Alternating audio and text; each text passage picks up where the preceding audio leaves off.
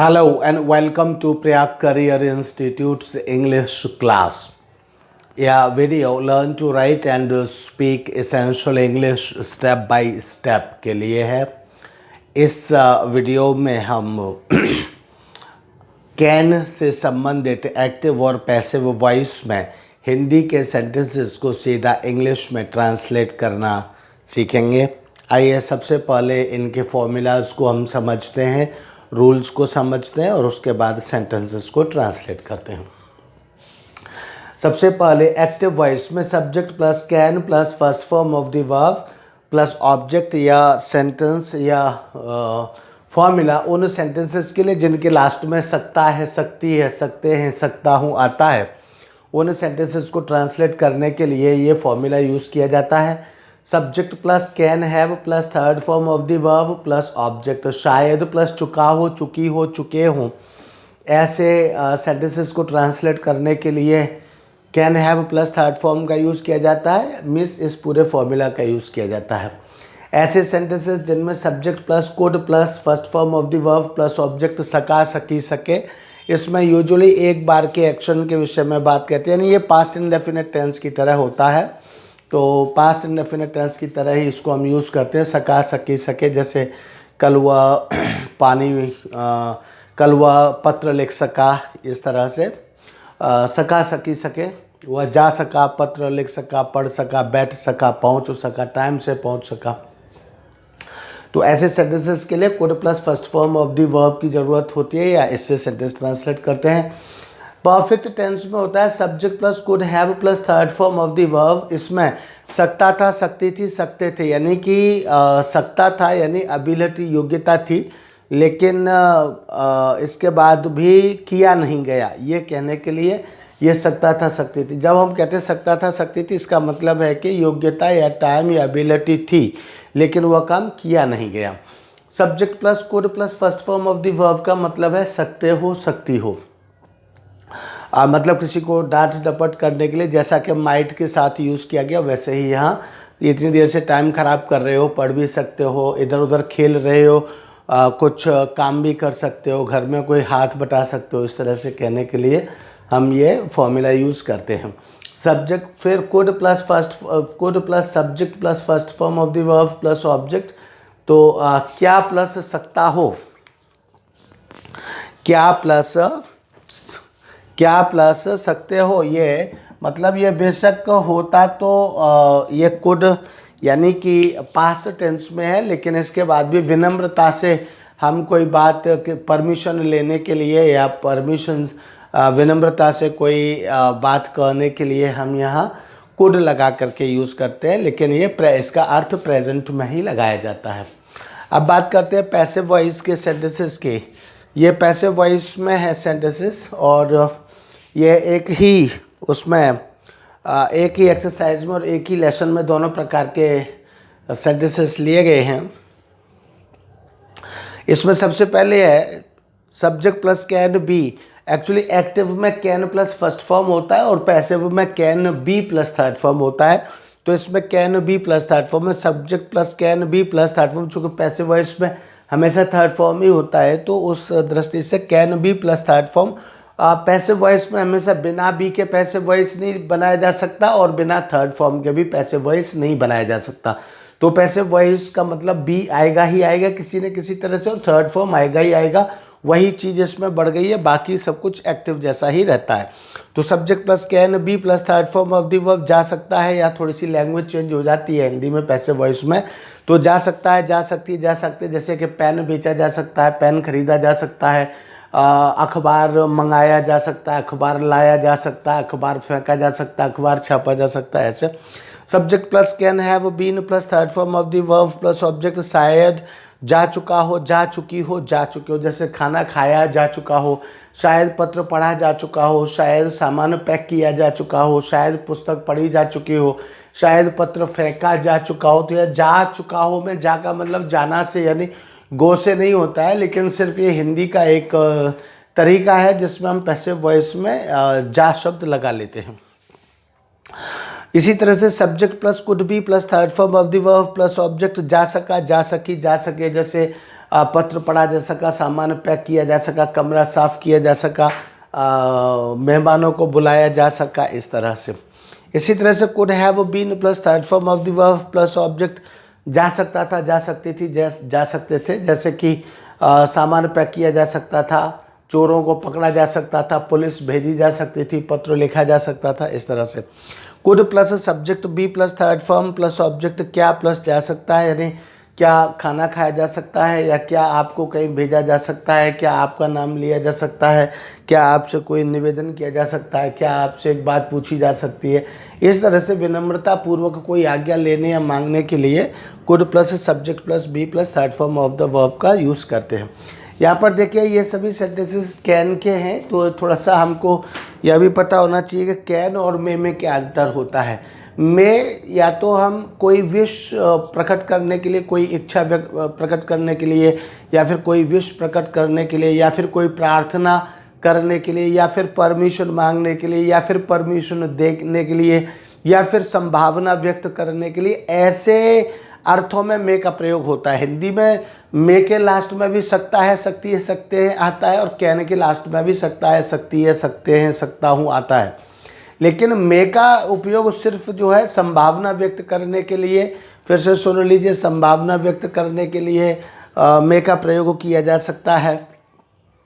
अनुमान लगाने के लिए मे का प्रयोग किया जाता है या किया जा सकता है, या फिर आदेश देने के लिए मे का प्रयोग किया जा सकता है, या आदेश लेने के लिए भी मे का प्रयोग किया जा सकता है।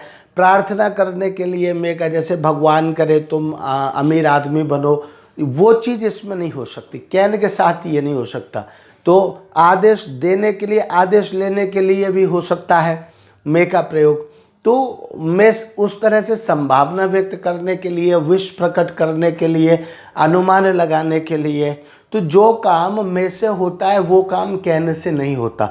कैन हमेशा क्षमता व्यक्त करने के लिए होता है।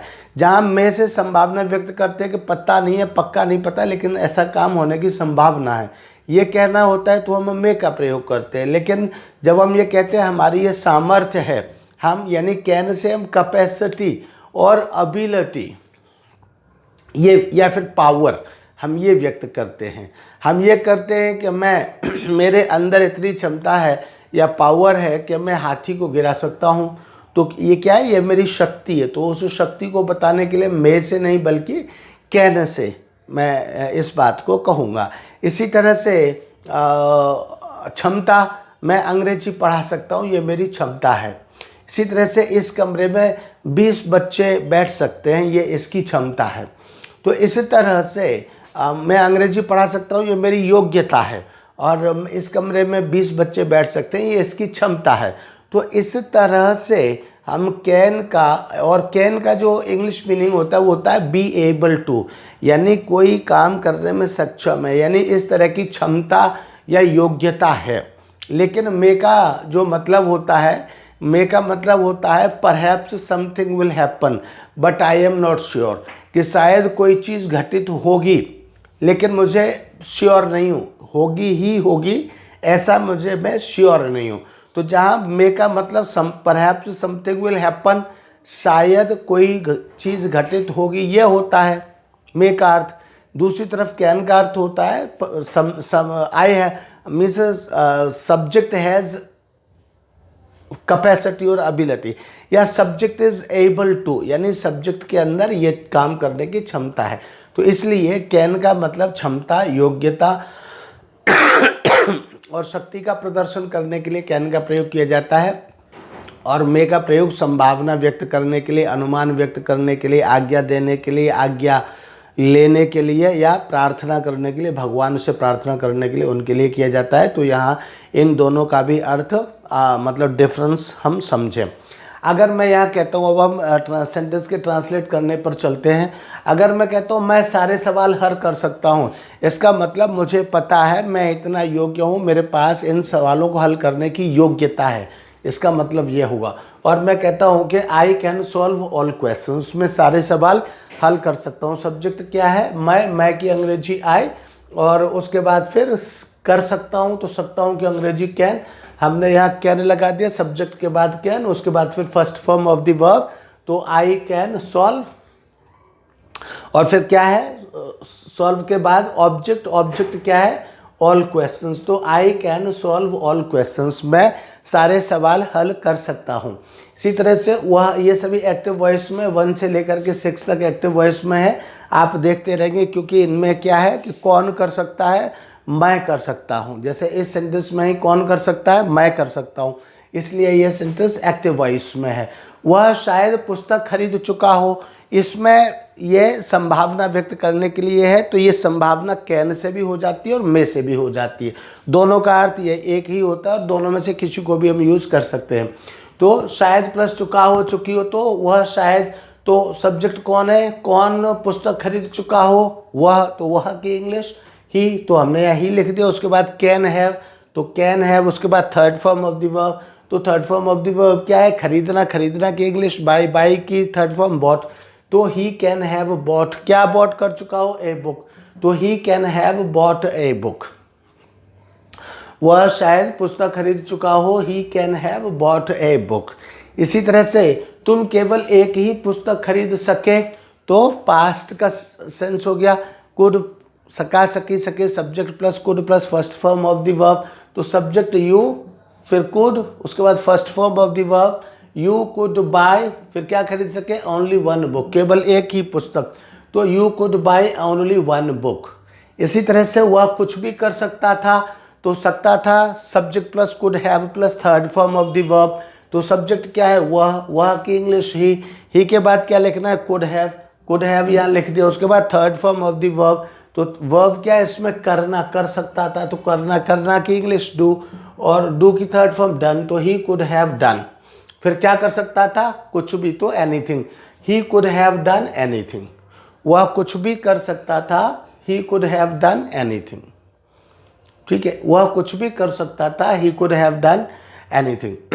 इसी तरह से तुम अपनी माँ की मदद कर सकते हो, मतलब डांटने के लिए कि तुम इधर उधर से, you have been spending your time here and there for so long time, तुम इतनी देर से इधर उधर अपना टाइम खर्च कर रहे हो, तो एटलीस्ट अपनी माँ की मदद कर सकते हो, तो you could at least help your mother, you could at least help your mother, अपनी माँ की कम से कम मदद कर सकते हो। यहाँ कुड आता है लेकिन इसका मीनिंग इस तरह के सेंटेंसेस में प्रेजेंट का ही माना जाता है, इसका सकते हो यही माना जाता है।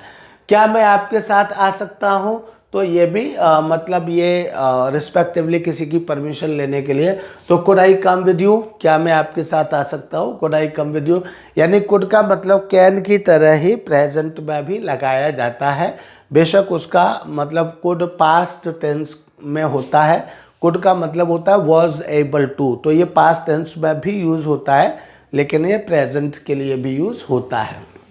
जैसे वुड है, वुड प्रेजेंट के लिए भी यूज़ होता है, पास्ट का तो होता ही है, लेकिन वुड के लिए भी यूज़ होता है रिक्वेस्ट करने के लिए। इसी तरह से कुड और माइट दोनों ही ये रिक्वेस्ट करने के लिए प्रेजेंट टेंस के सेंस में ही इनका यूज़ किया जाता है। तो could I come with you.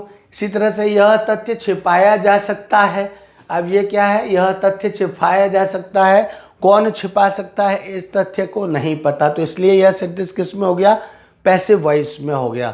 तो अब पैसिव वॉइस में हो गया, कौन है इसमें तथ्य छिपाने वाला, वो तो नहीं होता, तो इसलिए यह तथ्य छिपाया जा सकता है, इसमें क्या छिपाया जा सकता है, यह तथ्य, तो जो वास्तव में वर्ब का ऑब्जेक्ट होता है उसी को हम यहाँ सब्जेक्ट बनाते हैं, तो यह तथ्य इसमें वास्तव में ये ग्रामेटिकल सब्जेक्ट होता है। तो क्या छिपाया जा सकता है, क्या से प्रश्न पूछते हैं और जो आंसर आता है उसी को हम सब्जेक्ट बना लेते हैं।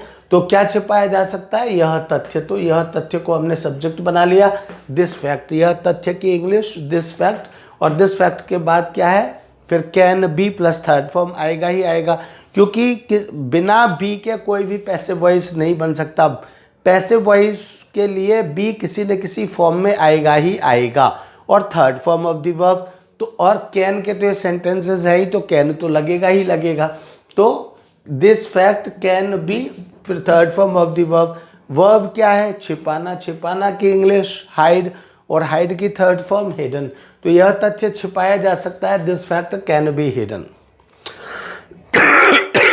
सॉरी। शायद वोट डाले जा चुके हों, तो शायद प्लस चुका हो, चुकी हो, can have plus third form था ऊपर, यहाँ क्या हो जाएगा कैन हैव और बी प्लस थर्ड फॉर्म, तो बीन प्लस थर्ड फॉर्म हो जाएगा क्योंकि परफेक्ट टेंस में हो गया। तो can have been third form, तो सब्जेक्ट क्या है, क्या डाले जा चुके हों, वोट, क्या डाले जा चुके हों, वोट, तो इसलिए वोट को हमने सब्जेक्ट बना लिया और वोट यह हो गया वोट्स। उसके बाद क्या है कैन हैव बीन, तो कैन हैव बीन, उसके बाद डालने की अंग्रेजी कास्ट, तो votes can have been cast, votes can have been cast. शायद वोट डाले जा चुके हैं, votes can have been cast. इसी तरह से कल एक ही पाठ पढ़ाया जा सका, कल एक ही पाठ पढ़ाया जा सका, तो सका, सकी, सके, कौन पढ़ा सका है एक पाठ, पता नहीं, तो इसलिए कौन सा voice, passive voice. Passive voice, तो पैसिव वॉइस का ही फॉर्मूला अप्लाई किया जाएगा। ये जो फॉर्मूलाज है ये सभी पैसिव वॉइस में subject plus could be plus third form of the verb, जा सका, जा सकी, जा सके, तो ये फॉर्मूला अप्लाई होगा। अभी हमने 2 फॉर्मूला अप्लाई किए हैं, तीसरा अब हम कर रहे हैं subject plus could be plus third form. तो इसमें सब्जेक्ट क्या है, एक ही पाठ, क्या पढ़ाया जा सका, एक ही पाठ, तो एक ही पाठ को हमने क्या किया, सब्जेक्ट बनाया, ओनली वन लेसन। और कब पढ़ाया जा सका, कल, तो ओनली वन लेसन। उसके बाद क्या है subject plus could be third form, तो कुड बी, उसके बाद थर्ड फॉर्म, थर्ड फॉर्म क्या है, पढ़ाना, पढ़ाना की इंग्लिश टीच, टीच की थर्ड फॉर्म टॉट, तो only one lesson could be taught, only one lesson could be taught. कब पढ़ाया जा सका, कल, yesterday. So only one lesson could be taught yesterday, कल एक ही पाठ पढ़ाया जा सका, only one lesson could be taught yesterday, ठीक है। इसी तरह से यह काम कल ही किया जा सकता था, तो यह काम कल ही किया जा सकता था, तो subject plus could have been, subject plus could have been plus third form of the verb plus object, जा सकता था, जा सकती थी और जा सकते थे, ठीक है। जा सकता था, जा सकती थी, यहाँ से जा सकता था, जा सकती थी, जा सकते थे, तो क्या हो जाएगा, यह काम क्या क्या किया जा सकता था, यह काम, तो यह काम की English this work, this work यहाँ पर लिख दिया। उसके बाद कुड हैव बीन, तो कुड हैव बीन हो गया। उसके बाद क्या, इसमें वर्ब क्या है, करना, किया जा सकता था, तो करना, करना की इंग्लिश डू, डू की थर्ड फॉर्म डन, तो this work could have been done. कब किया जा सकता था, कल ही किया जा सकता था, तो कल यानी बीता हुआ, बीता हुआ इंग्लिश, बीता हुआ कल की इंग्लिश यस्टरडे, तो this work could have been done yesterday, तो यह काम कल ही किया जा सकता था, this work could have been done yesterday. यह नाम कल ही लिखा जा सकता था, this name could have been written yesterday. यह दूध कल ही पिया जा सकता था, this milk could have been drunk yesterday. इस तरह से हम कहते हैं। इसी तरह से क्या आपको मुख्य अतिथि बनाया जा सकता है, क्या आपको मुख्य अतिथि बनाया जा सकता है, एक तरह से ये रिस्पेक्टफुली या रिस्पेक्टफुली किसी से यह जानकारी लेना और उसको मतलब रिस्पेक्टफुली या रिस्पेक्टफुली उससे परमिशन लेना कि क्या आपको मीन्स अगर हम आपको चीफ गेस्ट बनाए या मुख्य अतिथि बनाए तो क्या आप स्वीकार कर लेंगे। तो could you be made the chief guest please, तो कुड यू बी, अब यहाँ पर हम कुड ही लगाएंगे, could you be made the chief guest please, could you be made the chief guest please, मतलब कुड यू बी मेड, बनाया जा सकता है के लिए मेड, क्या बनाया जा सकता है, द चीफ गेस्ट। इस तरह से ये सभी सेंटेंसेस आपके हो गए। विनम्रता से ये पूछने के लिए हमने इंट्रोगेटिव में इसको यूज़ किया। अब यहाँ पर देखिए नेगेटिव बनाना है, तो जैसे कि हर एक्सरसाइज में हम कहते चले आ रहे हैं कि फर्स्ट ऑक्सिलरी वर्ब के बाद नॉट लगा देते हैं। नेगेटिव बनाने के लिए जो फर्स्ट ऑक्सिलरी वर्ब आती है उसी के तुरंत बाद हम नॉट लगा देते हैं। तो यहाँ भी अगर हमें कहना है कि मैं सारे सवाल हल कर सकता हूँ तब तो I can solve all questions, लेकिन अगर हमें कहना है मैं सारे सवाल हल नहीं कर सकता हूँ तो आई कैन के बाद नॉट हो जाएगा, I can not solve all questions.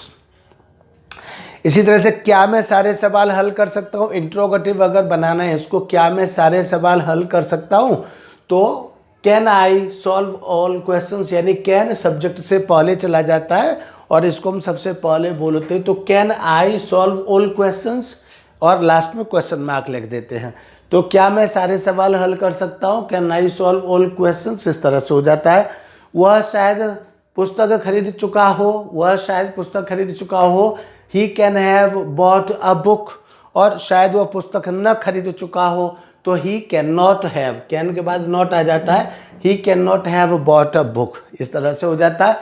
अब जिसमें शायद आता है उनको हम कभी इंट्रोगेटिव में नहीं बनाते हैं, तो इसलिए नेक्स्ट सेंटेंस, तुम केवल एक ही पुस्तक खरीद सके, तो you could bye only one book. अब तुम एक ही पुस्तक नहीं खरीद सके, अगर हमको ऐसे कहना है कि तुम एक ही पुस्तक नहीं खरीद सके, तो फर्स्ट ऑक्सिलरी के बाद नॉट लगा देते हैं, you could not buy only one book.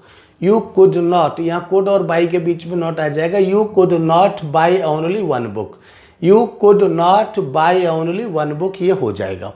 इसी तरह से वह कुछ भी कर सकता था, तो कुछ भी कर सकता था, ही कुड हैव डन।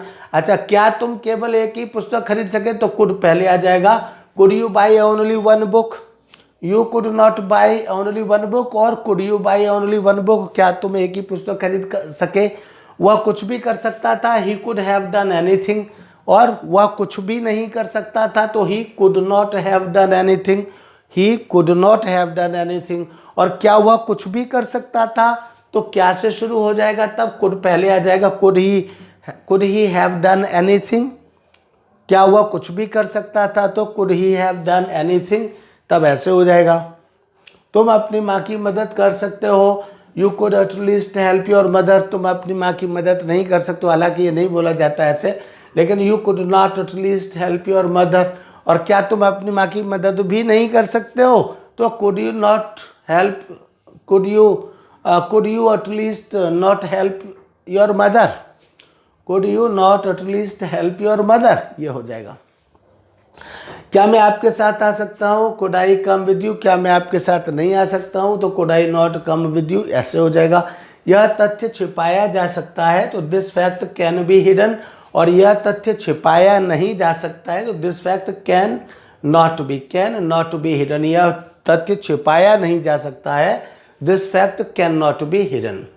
इसी तरह से शायद वोट डाले जा चुके हैं, votes can have been cast, passive voice में किसने वोट डाले हों पता नहीं।